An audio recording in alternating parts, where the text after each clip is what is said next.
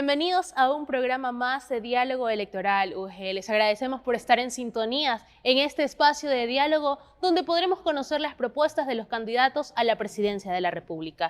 Hoy contamos con la presencia del licenciado Fernando Villavicencio, quien junto al doctor Francisco Morán Peña, rector de nuestra prestigiosa universidad, se encuentran en un pequeño recorrido por la casona universitaria, lugar donde se está dando cita a este evento. Thais y Francisco se encuentran listos para dar inicio a este espacio de diálogo.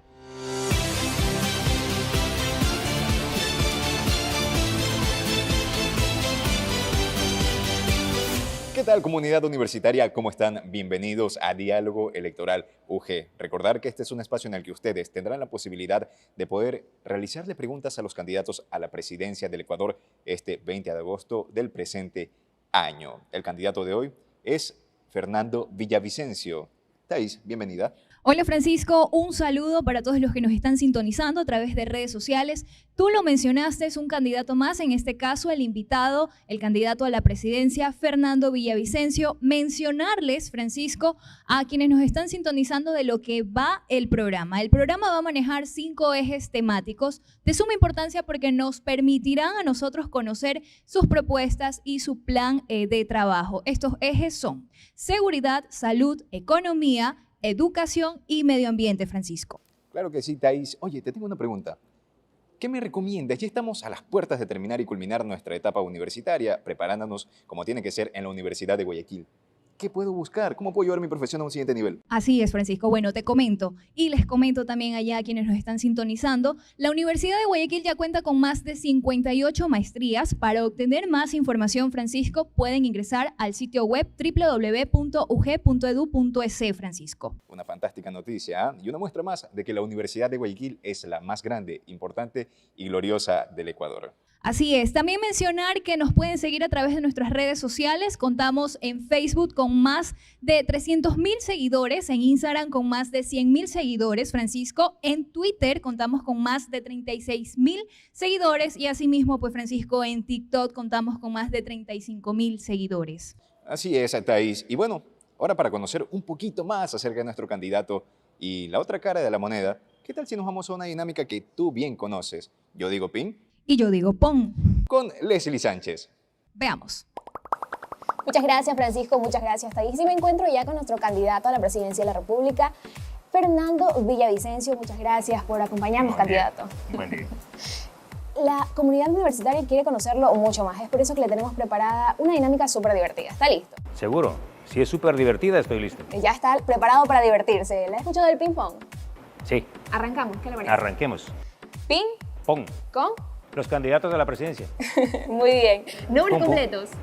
Fernando Alcibiades Villavicencio Valencia. Ya saben, ¿eh? Hay que aprendérselo. Edad. 59, tirando para arriba. No lo dudo, no le da vergüenza. O sea, No, está en la flor no. de la vida, candidato, no se preocupe. ¿Correr o trotar? Trotar y correr. Las dos cosas, dice. Siempre hay tiempo para todo. ¿Jugo o agua? Agua. Más saludable, sí. Agüita. Sí.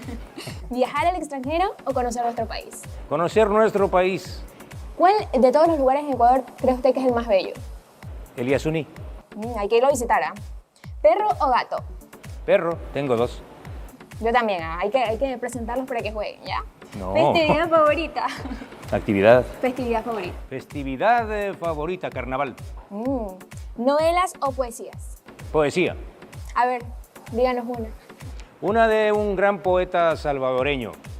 Hace 5 minutos conocí a la mujer con la que viviré el resto de mi vida. Roque Dalton. Qué bello, qué bello. ¿De niño hizo alguna travesura? Tenía un toro y le daba leche, le daba sal en la mano. 7 años y ¿saben lo que es sentir el raspado de la lengua del toro en la mano de un niño de 7 años? Inolvidable. 59 años de no olvidarme. ¿Prefiere la costa o la sierra? No puedo venir a la costa sin sentir el frío de la sierra. Qué increíble candidato que haya compartido junto a nosotros todas sus experiencias para que la comunidad universitaria lo conozca más de cerca. Bien, Muchas gracias por acompañarnos. gracias. Con gusto. Fernando Villavicencio Valencia nació en Chimborazo el 11 de octubre de 1963.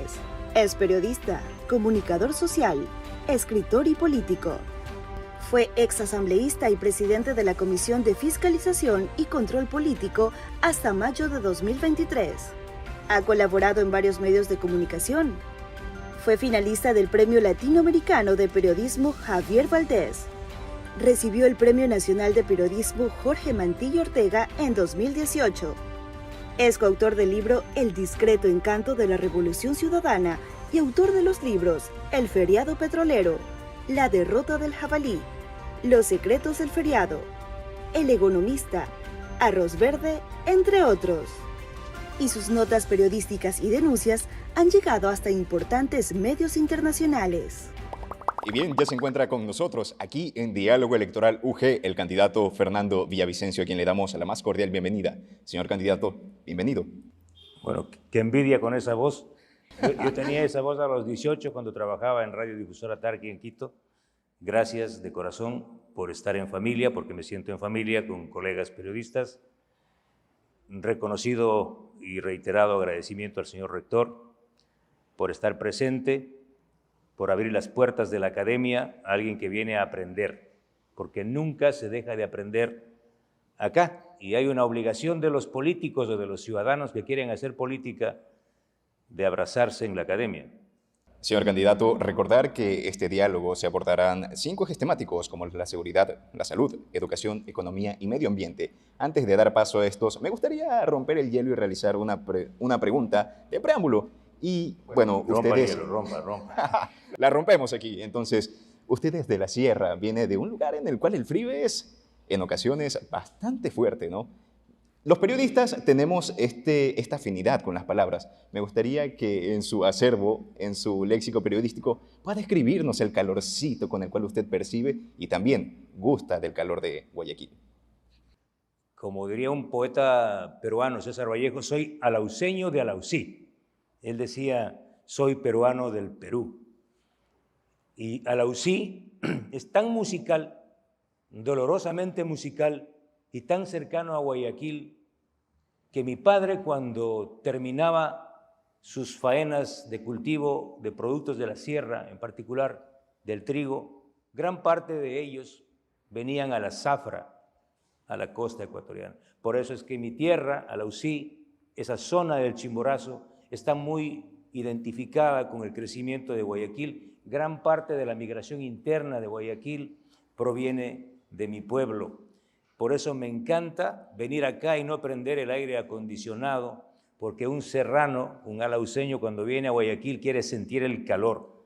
Todas las expresiones del calor, desde el calor natural, el calor de la gente, el que acabo de vivir en las últimas horas en el Cristo del Consuelo, donde ya no hay ni consuelo, pero óigame, he dado 500 abrazos, principalmente a mujeres que me han dicho, don Villa, que eso es lo otro bonito, ¿no? Yo nunca pensé en ponerme un seudónimo en esta campaña, pero quienes no me quisieron me acusaron de don Villa y quedó tan bonito que se escuche eso en el Cristo del Consuelo. Oiga, don Villa, me decía una señora, no podemos más con nuestros hijos sometidos a la droga. Elimine esa tabla de consumo de drogas. Yo le dije, lo voy a hacer, aunque este gobierno blandengue no lo ha querido hacer, yo lo voy a hacer. Pero no es que les vamos a abandonar a los jóvenes que cayeron en adicción. Vamos a crear clínicas del Ministerio de Salud Pública para atender a los pacientes con los recursos que recuperemos de la lucha en contra del narcotráfico, ¿sí? Porque aquellos que provocaron heridas con las mismas causas de la herida, vamos a curar la enfermedad.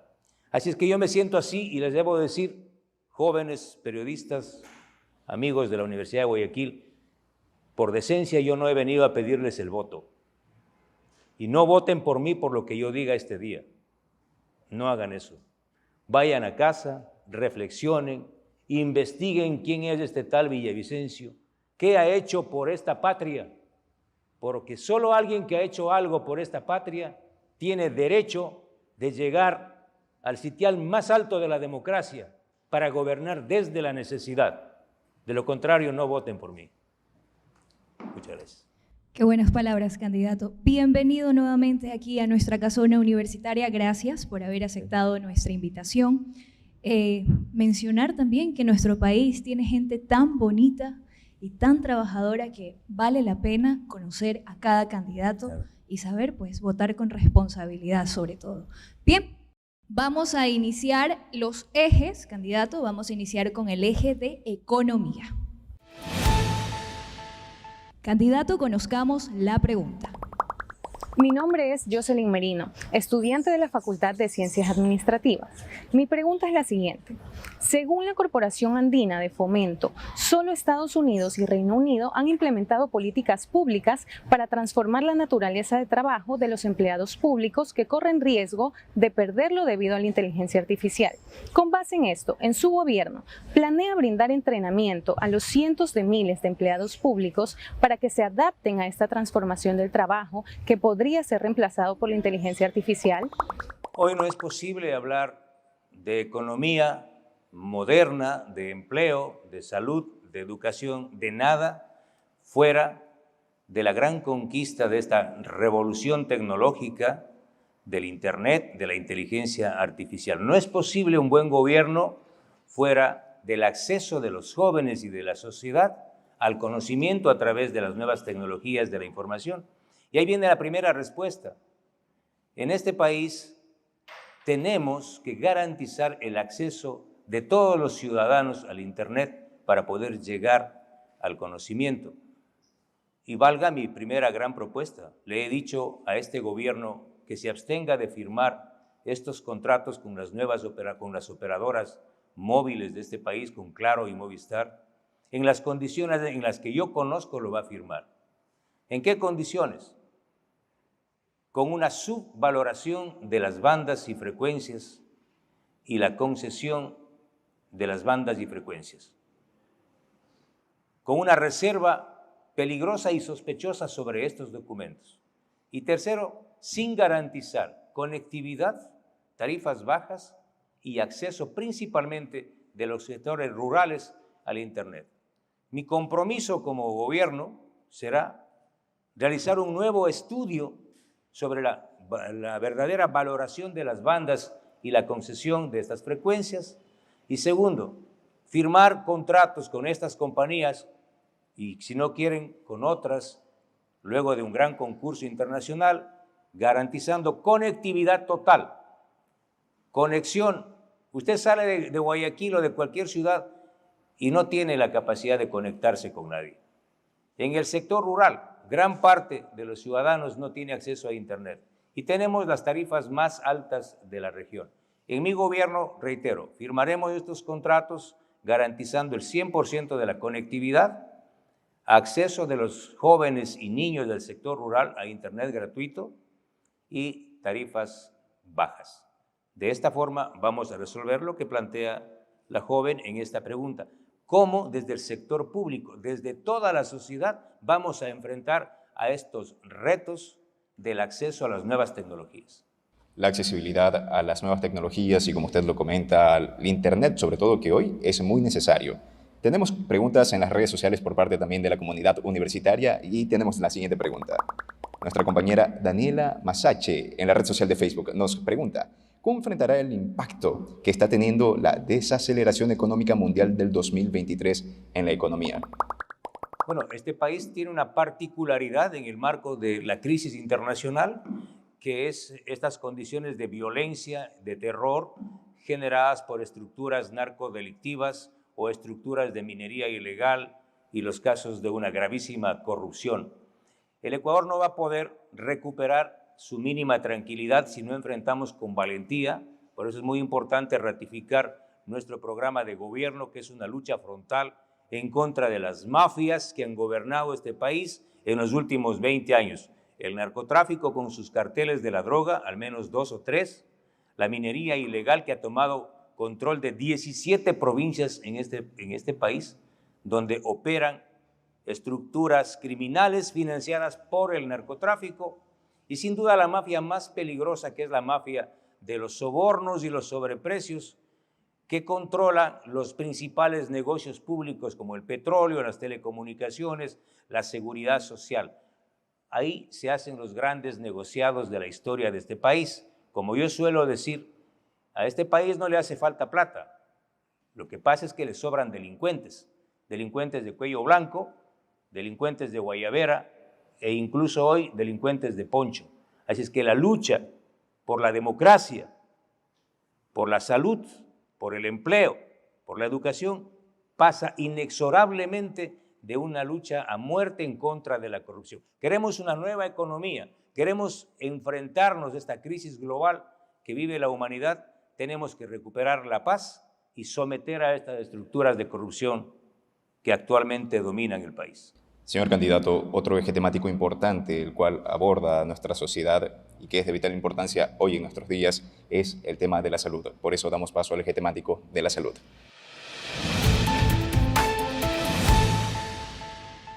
Conozcamos la pregunta. Hola, mi nombre es Steven Sabando, soy de la Facultad Industrial. Mi pregunta es, ¿qué medidas tomará para hacer frente a los altos costos de los medicamentos y garantizar que sean asequibles para todos? Es increíble, pero a veces la información que se comparte en este país es muy parcial o no es exacta. Los registros de personas fallecidas y de víctimas en el Ecuador son mayores. Es mayor el número de víctimas, de personas que mueren en los hospitales o sin llegar a un centro de salud por la ausencia de medicina y de médicos que las muertes violentas por sicariato y otras. Es decir, el Ecuador está sometido al crimen organizado y también a una tragedia por la ausencia de salud, tanto en los hospitales del Ministerio de Salud cuanto en la red hospitalaria del Instituto Ecuatoriano de Seguridad Social. Pero la gente sabe, o un sector de ecuatorianos saben, y ustedes saben, jóvenes, por qué se da, por qué se produce esa crisis, principalmente en los hospitales de la Seguridad Social.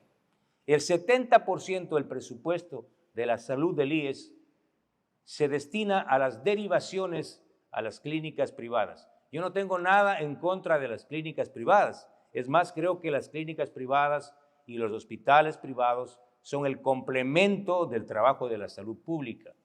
Pero le voy a poner un ejemplo que yo viví en la Comisión de Fiscalización. En el juicio político a la ministra de Salud, confirmamos dos cosas. Una persona va al Teodoro Maldonado Carbo o al HCAM en Quito a tratarse 3 piezas dentales. Le dicen, no, los equipos están dañados y le derivan a una clínica privada. Va a la clínica privada que generalmente está vinculada al médico del hospital del IES.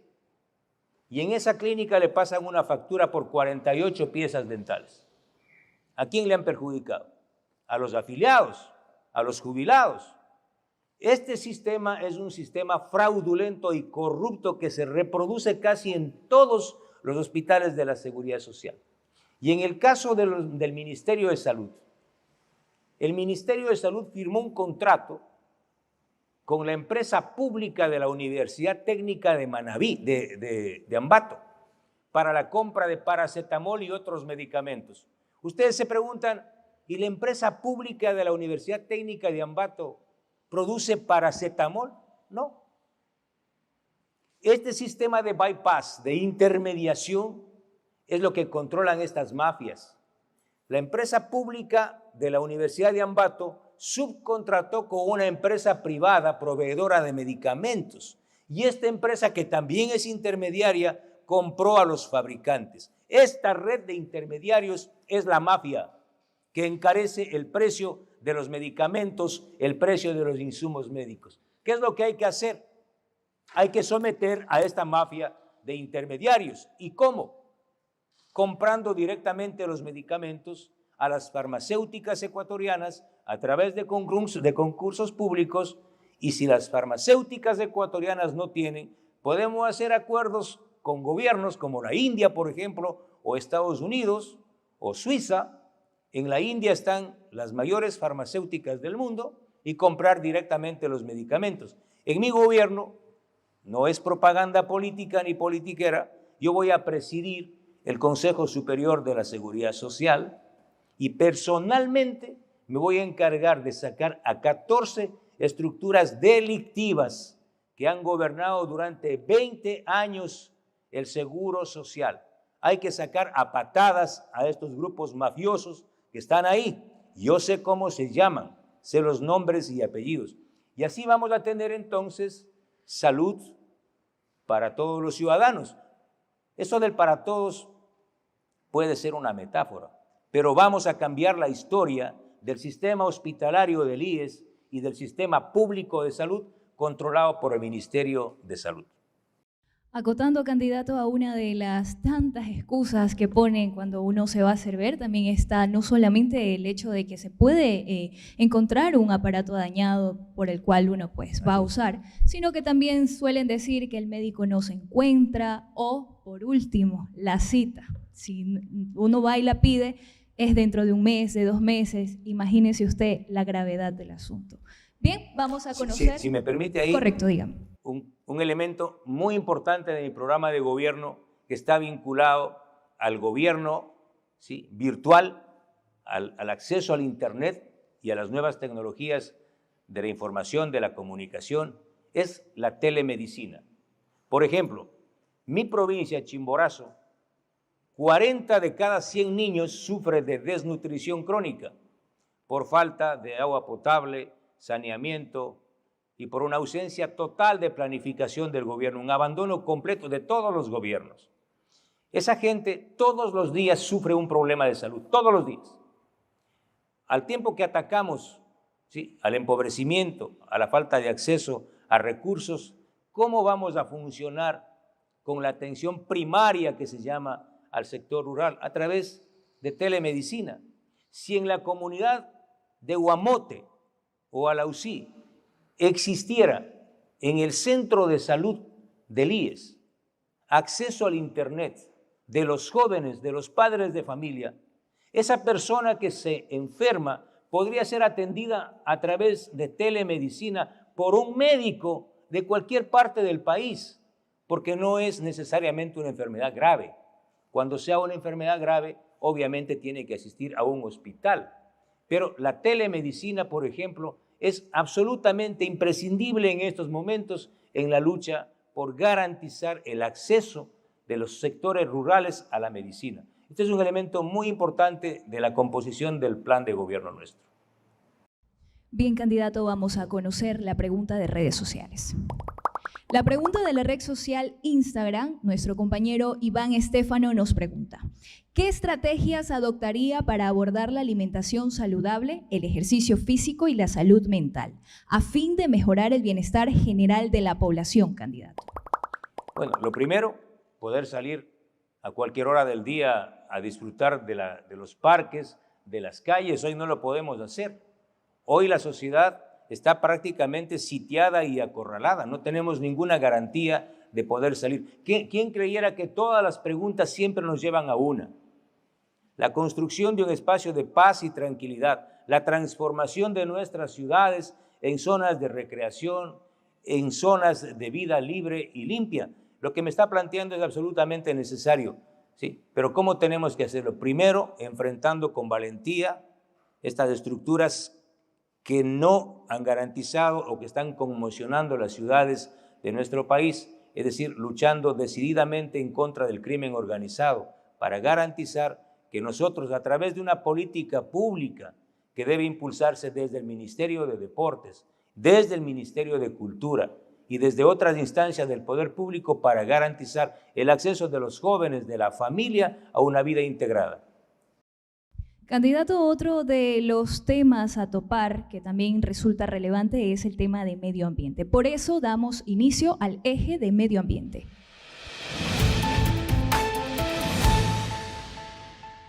Candidato, conozcamos la pregunta. Soy Virginia Kinga y pertenezco a la Facultad de Ingeniería Química. En caso de que en la consulta popular se dé una respuesta favorable para la continuidad de la explotación del Yasuní ITT, ¿qué medidas tomaría en su gobierno para precautelar tanto la vida silvestre como la de las personas que pertenecen a los pueblos y nacionalidades del sector? Bueno, creo que soy el único candidato que conoce y ha vivido en el Yasuní. He pasado casi medio año en 2 ocasiones rodando una película con algunos técnicos extranjeros en el corazón del Yasuní, en el sistema hídrico más importante de la cuenca amazónica de este país. Quien pone los ojos en el Yasuní, como suelo decir, como decía Gabriel García Márquez, se queda mudo de hermosura. A las 4 de la mañana ustedes se encantan viendo o escuchando una sinfonía de las especies. El país no puede perder la memoria de qué pasó con el Parque Nacional Yasuní, que es la más importante zona de biosfera del planeta. Ese partido que incorporó en la Constitución del 2008 los derechos de la naturaleza fue el mismo partido que el año 2013, con una mayoría parlamentaria, decidió autorizar el ingreso de los taladros al Parque Nacional Yasuní. Humildemente yo creo que eso se llama hipocresía ambiental. La naturaleza tiene derechos, pero vamos a destruir los derechos. Los taladros que están ahora en el Parque Nacional Yasuní fueron llevados por ese partido revolucionario. Taladros chinos. Mi posición de toda la vida ha sido esa, porque yo nací en el campo. A los 7 años tuve mi primera sementera de trigo y sé lo que es vivir en armonía con la naturaleza. La defensa del Parque Nacional Yasuní, de las zonas de recarga hídrica, de los páramos de este país. ¿Qué voy a hacer? Como presidente de la República, igual soy el único candidato que tiene una alternativa en el caso de que gane el sí. Si gana el sí, voy a obtener recursos económicos renegociando los contratos petroleros que fueron suscritos durante ese mismo gobierno. Ese gobierno, me piden que no hable de ese señor, ese gobierno que dice que es socialista o que fue socialista, privatizó los 21 campos más importantes de este país, los campos petroleros, y entregó a compañías transnacionales. Antes, Petroecuador operaba esos campos y el costo de producción no pasaba a los $15 por cada barril. Hoy le cuesta al Estado ecuatoriano entre 35 y $42 sacar un barril de petróleo con esas compañías transnacionales. El caso, por ejemplo, de la compañía Schlumberger en el campo Auca. ¿Qué voy a hacer en mi gobierno?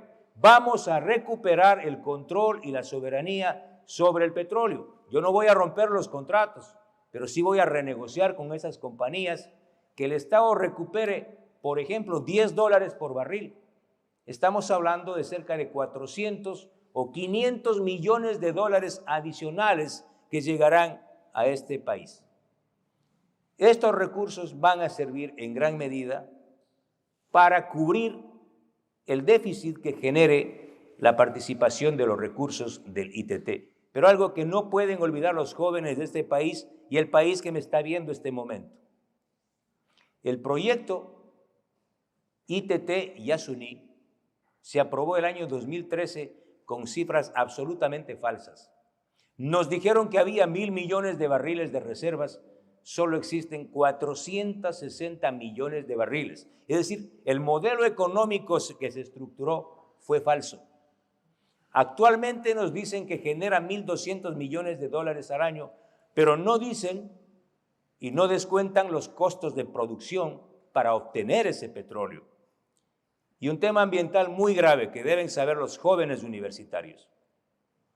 La zona del Yasuní es una zona de humedales. Hay estructuras de agua subterráneas, de agua dulce, que geológicamente están conectadas con el agua de superficie. Cuando se perfora un pozo, sale el agua y el petróleo asociados. Escuchen esta cifra que nadie lo dice porque no sabe.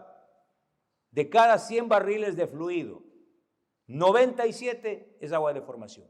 97 barriles de cada 100 es agua de formación. Y el agua de formación es más salina que el agua del mar. Si usted pone un ser vivo en esa agua, se muere. Si usted obtiene hoy 45,000 barriles diarios de agua de petróleo, significa que ha obtenido 3 millones de barriles diarios de agua de formación que no pueden y no deben ser descargados al ambiente, tienen que ser reinyectados a las mismas estructuras de donde sacaron. Y hasta el día de hoy, Petroecuador no le dice al país si está tratando o no el agua de formación. Quienes saben de economía ambiental me van a dar la razón. En el costo de producción de ese barril de petróleo, que es de $27, ¿se ha incluido el costo ambiental? No. Es decir, ¿cuál es el saldo final para el Ecuador?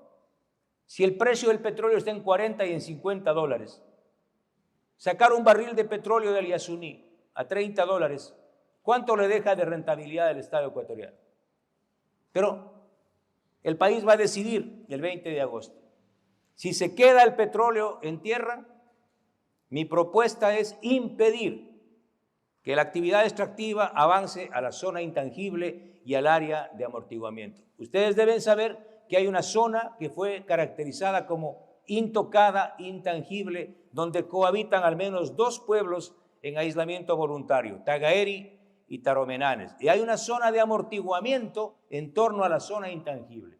Yo no voy a permitir que avance la actividad extractiva hacia allá y voy a ser implacable para que el agua de formación que se obtiene de ahí sea tratada y reinyectada a las zonas y a las estructuras en las que se debe hacer.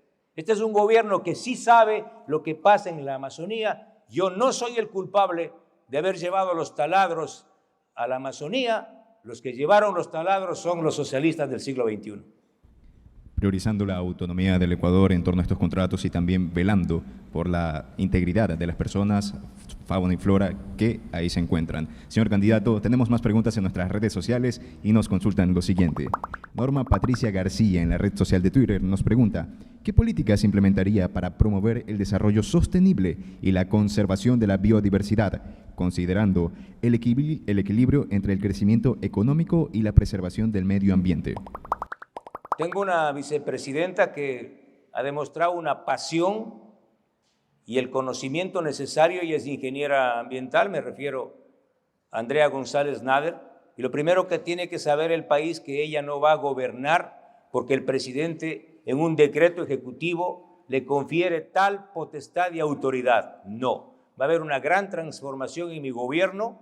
Ella va a gobernar conmigo porque el eje ambiental es un eje transversal a todas las actividades. Si vamos a firmar un contrato de extracción petrolera, el componente ambiental es básico, es el corazón. Igual, vamos a hacer una central hidroeléctrica.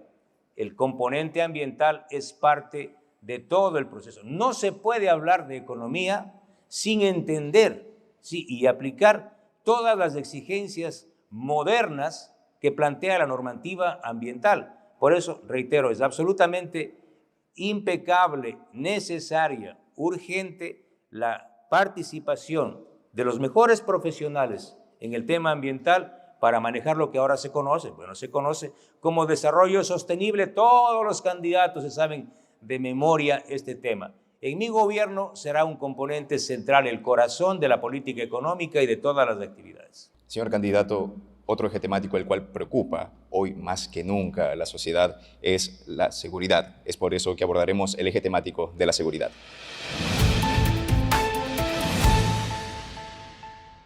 Y la pregunta es la siguiente. Mi nombre es Ángel España Díaz, estudiante de la Facultad de Jurisprudencia, Ciencias Sociales y Políticas.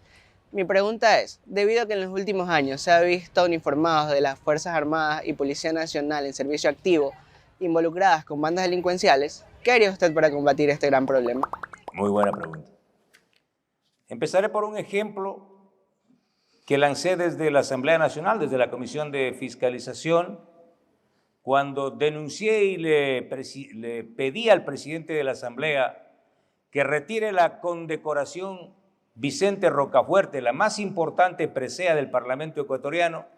Fue entregada por un ex legislador pandillero. Bueno, lo digo así porque él se proclamó ser líder de los Latin King.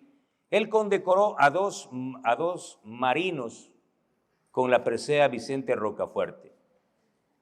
La investigación que hice en la Comisión de Fiscalización determinó que los 2 marinos eran parte del cartel de Sinaloa. El uno llegaba a su casa a las 7 de la noche, se sacaba su blanco uniforme de la Marina, tomaba un fusil y se convertía en gatillero de Junior Roldán, quien murió en su ley. Capo de Sinaloa. Y el otro marino condecorado por este pandillero exasambleísta era nada más y nada menos que el edecán del actual vicepresidente de la República, Alfredo Borrero. ¿Qué es lo que significa esto? Que el narcotráfico ha vinculado o está vinculado y ha contagiado el sistema sanguíneo del Estado. No puede haber foto más reveladora que esta. ¿Saben quién está aquí? ¿Quiénes están aquí?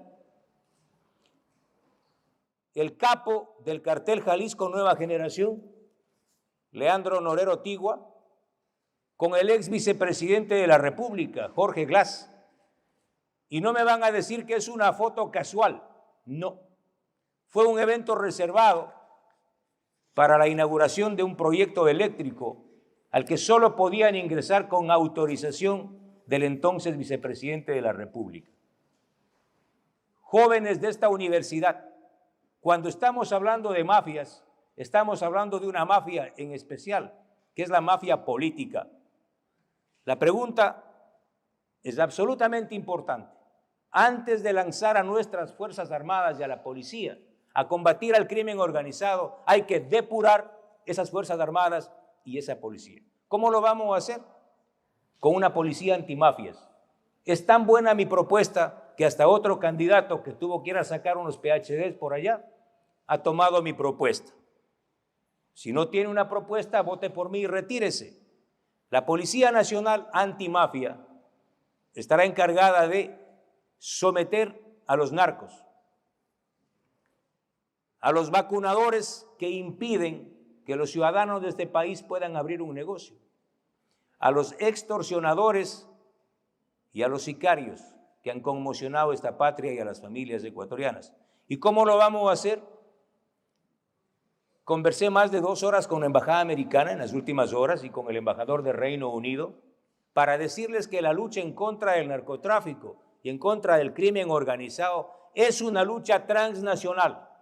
Los carteles que operan acá no son ecuatorianos, son mexicanos y albaneses. La droga no es de este país, se produce generalmente en Colombia.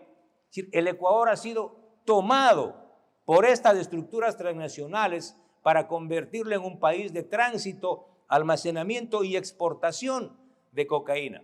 Estados Unidos va a colaborar con el Ecuador más de lo que está haciendo hasta el día de hoy. Inglaterra va a colaborar con mi gobierno, sin duda, con facilitar instrumentos, tecnología, inteligencia, recursos económicos al combate al crimen organizado. Y ya en el plano nacional, con esas Fuerzas Armadas depuradas, con esa policía depurada, si no es el segundo, será el tercer decreto de mi gobierno, vamos a tomar el control de los 10 puertos de Guayaquil.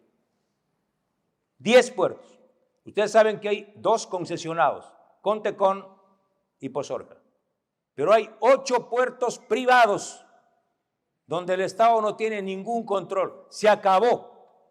Las Fuerzas Armadas van a tomar el control de esos puertos, igual que el puerto de Puerto Bolívar, el puerto de Manta y los otros puertos, para impedir que los productos de estrella de exportación de este país, cacao, café, camarón, atún, banano, que estos contenedores sean contaminados con la cocaína.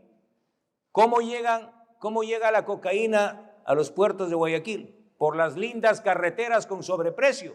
Bueno, ya ni siquiera están lindas, están destruidas. Vamos a poner un sistema de escáneres para que todos los vehículos sean escaneados y controlados. Y hay 2 o 3 alcaldes, alcaldesas en algunos gobiernos locales de la frontera que están visiblemente vinculados al narco. Yo he presentado denuncias a la Fiscalía General del Estado. Así es que las Fuerzas Armadas serán movilizadas a la frontera para impedir que ingresen la cocaína a este país. Vamos a dar una guerra a morir a los carteles de la droga, con la ley en esta mano y las armas en esta otra. Y cómo acabar definitivamente con el manejo doloso y criminal del delito desde las cárceles. También me han copiado mi plan de gobierno, al estilo El Rincón del Vago. En mi gobierno tenemos dos opciones para construir una cárcel de altísima seguridad y absolutamente aislados. La una es a 3.800 metros de altura en mi provincia y hace frío, ahí se hace frío, absolutamente aislados, y la otra es en la región amazónica, en la provincia de Pastaza, no hay impacto ambiental, hoy funciona ahí un cuartel militar, no nos tomará más de 5 o 6 meses construir esta cárcel completamente aislada. A esta cárcel serán trasladados los delincuentes más peligrosos, narcotraficantes, violadores, homicidas, y creo yo que también deberían ser trasladados los delincuentes de cuello blanco, guayabera y poncho. ¿Quiénes son esos? Los que se han robado los fondos públicos. No podrán recibir visitas de nadie, solo de sus abogados. Y que no me vengan con el cuento de que los derechos humanos de los delincuentes. Se acabó. El 98% de ecuatorianos está de acuerdo con esta propuesta. Los delincuentes no. Y que usted me va a preguntar, y la pregunta para que sea completa, ¿qué va a pasar con los delincuentes de baja peligrosidad? Se acabó el subsidio estatal al delito. Todo delincuente se gana su pan. Acuerdos con los gobiernos locales para generar procesos productivos con estos delincuentes que pueden ser recuperables. Quito el término recuperables, que pueden ser motivo de tratamiento, objeto de tratamiento. Rehabilitación lo llaman, pero nunca ha habido. Granjas agrícolas, van a sembrar papas, arroz en la costa y otros. Se van a ganar el pan trabajando. Reitero, se acabó que la gente de bien de este país, que el Estado ecuatoriano subsidie el delito. Los delincuentes van a producir su pan, van a sobrevivir con su esfuerzo. En resumen, esta es mi propuesta para enfrentar al crimen organizado, narco, y en el caso de la minería ilegal, que es un crimen ambiental, además de otros crímenes, es un crimen ambiental. Yo acabo de llegar ayer de la provincia del Napo. Ustedes ponen los ojos en el río Napo, en el río Yutsupino y en los ríos que eran los más hermosos de la Amazonía ecuatoriana, y hoy ven un desastre y una tragedia. ¿Por qué? Por la minería ilegal. Esa minería ilegal está financiada por el narcotráfico. Ahí lavan el dinero los narcotraficantes. Esas retroexcavadoras que están operando en los ríos serán dinamitadas. ¿Parece radical? No. En el gobierno de Lasso incautaron 148 maquinarias. Llegan unos fiscales vinculados a estos grupos delictivos y les devuelven la maquinaria. Se acabó. En mi gobierno vamos a dinamitar. Así es que si escuchan un pum ahí, los que son ambientalistas o no sean, sepa que así se va a gobernar. No vamos a permitir que destruyan los ríos amazónicos, las fuentes de agua y las zonas de reserva de este país. Candidato, ahora vamos a conocer la pregunta de redes sociales. La pregunta de la red social Facebook dice: ¿cuál sería la estrategia que implementaría para fortalecer la cooperación interinstitucional y mejorar la seguridad ciudadana en el país, candidato? Bueno, un poco lo que estoy planteando, la seguridad ciudadana, ¿en qué se basa? En tener un Estado responsable que pueda responder y que pueda garantizar la tranquilidad de las familias de este país. Y obviamente tiene que hacerlo con base a un gran trabajo con las demás instituciones del Estado. Por eso yo les invito a los jóvenes de este país, a los jóvenes de esta universidad, a que piensen en lo que les voy a decir. Si tuvo algún sentido la muerte cruzada, ¿qué quería o qué quiso la muerte cruzada? ¿Qué hizo la muerte cruzada? Una sola cosa: impedir que grupos políticos vinculados a estructuras delictivas tomen el control de todas las instituciones del poder, como la Fiscalía, la Contraloría, la Procuraduría y otras. Esa fue la razón para echar de la Asamblea Nacional a todos los legisladores. Yo me fui por eso, pero fui el único legislador que salió contento. Hasta hoy no he parado de sonreír, porque era muy difícil sobrevivir con una pandilla de delincuentes al interior de la Asamblea Nacional. Y no exagero. Presente una prueba, Villavicencio, me van a decir. Claro, tienen a Peter Calo preso, acusado de violación, legislador de Pachacuti, amigo de Leonidas Issa. Él fue el interpelante del general Patricio Carrillo. ¿Qué tal? Con un interpelante así yo me siento honrado. ¿Sabe qué más había en esa asamblea? 3 legisladores que no pagaban pensiones alimenticias de sus hijos. Yo lo denuncié a uno de ellos al 5º mes. Fue a pagar $16,000 que debía a su hijo. ¿Ustedes creen, jóvenes de la Universidad de Guayaquil, que un ciudadano que no paga la pensión alimenticia de su hijo tiene la talante y la capacidad ética para hacer leyes a favor de los jóvenes y niños de este país? ¿Creen? No. 3, uno de ellos encabeza la lista de Yacu Pérez. Bruno Segovia no paga la pensión de su hijo y regatea porque dice que ya no es legislador y no gana $4,000 que a otro legislador le alcanzaba para el primer mes, porque decía para la primera semana, porque para la segunda semana tiene que pedir a mamita. No lo miento, así decía. Y fue el que me puso don Villa, gracias. 16 legisladores de los que se fueron van a volver, están en la lista, tienen glosas confirmadas por la Contraloría General del Estado. La principal que tiene una glosa es candidata a la presidencia de la República y además tiene una indagación previa por peculado cuando fue asistente de Rafael Correa en la presidencia de la República. Si alguien está en ese partido, discúlpenme, pero esa es la verdad. Y yo no puedo ocultar la verdad. 17 legisladores que piensan volver, que están en las listas, tienen indagaciones previas por delincuencia organizada y peculado. ¿Ustedes votarían nuevamente por ellos? ¿Ustedes votarían nuevamente por ellos? Pero es elemental. Si ellos vuelven, ¿cómo podemos, estimados jóvenes que me preguntan, cómo podemos lograr un acuerdo, mejorar la gobernabilidad de este país? Por favor, si han cometido el error de poner a delincuentes en las listas, que los ciudadanos de mi patria no cometan el error de elegirlos nuevamente. Solo eso. Voten por gente distinta para cambiar este país. 3 casos más. Disculpen que me extienda. Yo acabo de venir de sentir un abrazo de dolor desgarrador de Patricia Ochoa de Gabela, esposa del general Jorge Gabela, asesinado por hacer lo que yo he hecho, investigar la corrupción.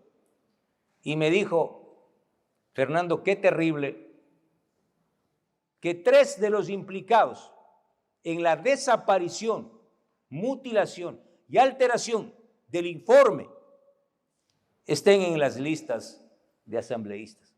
Y yo siempre pecaré de hablar con documentos y decir los nombres y apellidos. Lady Zúñiga, ex ministra de Justicia del gobierno del prófugo, está en la lista. Ella fue parte del comité interinstitucional. En manos de ellos desapareció el informe del perito Mesa, donde se establecían las responsabilidades, los autores intelectuales del crimen. 2, el exministro de Justicia, Lenin Lara, que vuelve de candidato a la Asamblea Nacional. Él recibió el informe, desapareció. ¿Y quién fue el director de la SENAIN, del aparato de persecución política de ese gobierno? Pablo Romero. Lo sacan de la cárcel hace 3 meses con prelibertad. Él está sentenciado, escuchen jóvenes, sentenciado por secuestro, por el secuestro a Fernando Balda, y está en la lista de asambleístas. Por Dios, ¿podemos cambiar un país con esa asamblea? Yo les pido de favor, finalmente no voten por mí, pero no voten por esos delincuentes a la Asamblea Nacional. Les pido de favor. Candidato, otro tema que también le preocupa a la ciudadanía es el tema de educación, por eso vamos a dar inicio al eje de educación.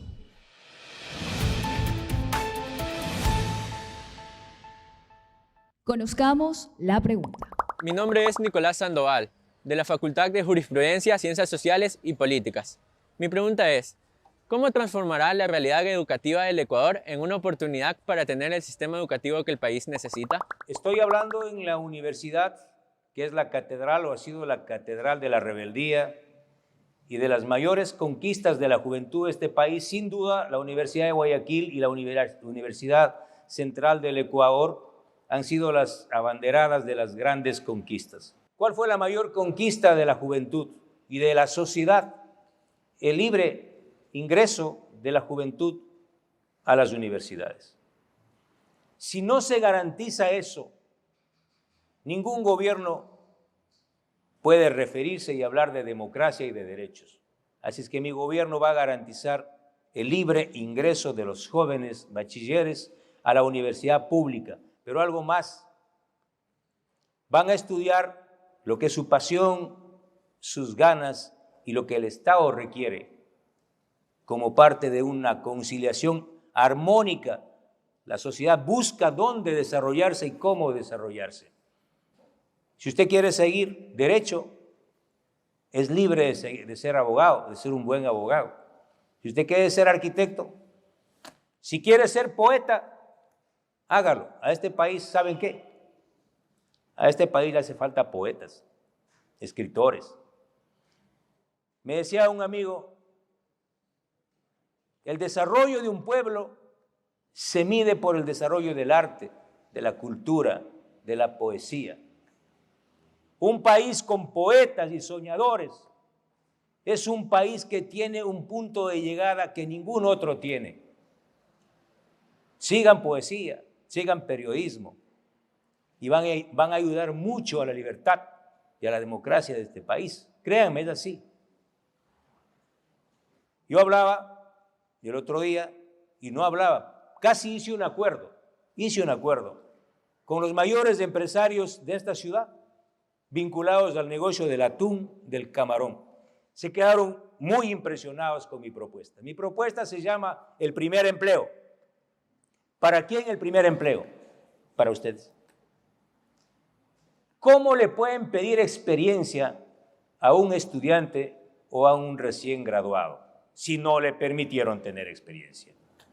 Así es que en mi gobierno vamos a resolver lo que se pueda desde el Ejecutivo y de forma armonizada con el Parlamento, con nuestro bloque de parlamentarios, para garantizar que los estudiantes universitarios puedan estudiar y trabajar a la vez. ¿Están de acuerdo conmigo? Hoy no les permiten. Ustedes van a poder estudiar y trabajar simultáneamente en ramas vinculadas y pagados, obviamente. Y lo otro, ¿qué me han dicho los empresarios? Señor Villavicencio, ¿y por qué antes a nadie se le ocurrió esto? El empresario de este país que enrole al 25% de estudiantes o recién graduados a su nómina laboral tendrá un incentivo tributario. Es decir, se le va a hacer un descuento en el impuesto a la renta. Y los empresarios, ¿qué me han dicho? Pero maravilloso, nosotros enrolamos a ese 25%. En esencia, ¿qué ocurre? Que el dinero del Estado circula, genera empleo, dinamiza la economía. Los jóvenes que tienen empleo tienen capacidad de compra, generan más IVA y se produce un círculo armonioso que dinamiza la economía. ¿Ustedes están de acuerdo con eso? El primer empleo para los jóvenes, la posibilidad de trabajar estudiando o recién graduados. Reitero las propuestas. Libre ingreso de los jóvenes a la universidad. Van a estudiar lo que ustedes decidan. Van a estudiar y trabajar. Y van a enrolarse de forma definitiva en las empresas e industrias que, si lo hacen, tendrán un incentivo tributario. Señor candidato, en redes sociales seguimos con las interrogantes y tenemos la siguiente pregunta. En la red social Twitter, la pregunta es la siguiente. ¿Cómo fomentaría la colaboración entre el sector educativo y empresarial para asegurar que los estudiantes adquieran las habilidades necesarias para el mercado laboral y el desarrollo económico del país? En parte lo que acabo de decir, y lo segundo es, las universidades de este país tienen que orientar su trabajo y su gestión, orientar el conocimiento, la ciencia, al desarrollo productivo. Mi propuesta es avanzar a la creación de extensiones universitarias o nuevas universidades. Mire lo que me pasó en Santo Domingo de los Áchilas. Yo apoyé desde la Asamblea la creación de la Universidad para Santo Domingo, pero otra vez fue el mismo partido, yo no sé, donde uno habla en petróleo, siempre está ese partido, ya no lo quiero mencionar. Pero ese partido se opuso a la creación de la Universidad para Santo Domingo de los Áchilas. Yo era partidario de crear una extensión de la Universidad Central o de otra universidad en Santo Domingo, pero ellos querían una universidad pública. No pudieron. Mi gobierno va a dar universidad a Santo Domingo. Pero la idea es crear una universidad, como en Colombia, la Universidad del Café, que no son 5 años o 6 años, son carreras cortas. Por ejemplo, carreras vinculadas a la producción e industrialización del cacao, del banano, de la palma, de productos de la ganadería, de la leche, del yogur. Es decir, aquí no tenemos todavía procesos, ¿sí?, tecnológicos que avancen a dotarle a esos sectores productivos de profesionales en carreras cortas. Yo pregunto a todos los jóvenes, ¿está bien? ¿Ustedes quieren ser abogados? ¿Quieren ser sociólogos? Tienen todo el derecho. Pero hay una gran parte de jóvenes que quieren ser parte de ese proceso productivo. Vamos entonces a impulsar carreras cortas, creando nuevas universidades o institutos o también extensiones universitarias con procesos o vinculados a procesos productivos. Candidato, ha sido un placer tenerlo aquí de invitado al diálogo electoral UG. Ya estamos en la recta final. ¿Qué mensaje usted le daría a los estudiantes y a la ciudadanía conforme a lo que usted ha venido diciendo, por favor, a esa cámara? Bueno, yo donde voy ahora principalmente a hablar con los jóvenes, replico lo que dicen mis 2 hijas que están en edad universitaria. Y yo le decía a mi hija mayor, ¿qué les digo a los jóvenes para ser honrado y honrar la palabra? Papá, si tú eres y fuiste un buen padre, puedes ser un buen presidente. Un buen padre de familia lo que hace es organizar sus ingresos mensuales, conversa con sus hijos, con su esposa, logra un acuerdo y dice, bueno, esta semana vamos a hacer esto, la próxima esto, y en 15 días nos vamos al cine o nos vamos de vacaciones. Y un padre de familia jamás le roba la plata a sus hijos. Así es que un buen presidente de la República jamás le debe robar la plata a su pueblo. Un buen padre de familia será un buen presidente de la República. Olvídense del resto, que van a las grandes universidades y está bien, tienen todo el derecho, pero a este país le han robado gente que tiene 4 títulos y gente que no tiene títulos. Así es que ese no es el tema. Este es un tema ético, principalmente de lucha en contra de la corrupción. Yo les ofrezco eso, honrar mi condición de un padre de familia que se ha esforzado. Yo vengo de Alausí, soy de un pueblo muy pequeño. No he estado vinculado nunca a las mafias, no tengo rabo de paja, puedo entrar al infierno y salir limpio. Y me enfrento a las 4 mayores chequeras que han gobernado y controlado este país. Tengo la certeza de que por primera vez en la historia del Ecuador, un alauceño, periodista de investigación, será el nuevo presidente de la República. Para mí será un honor.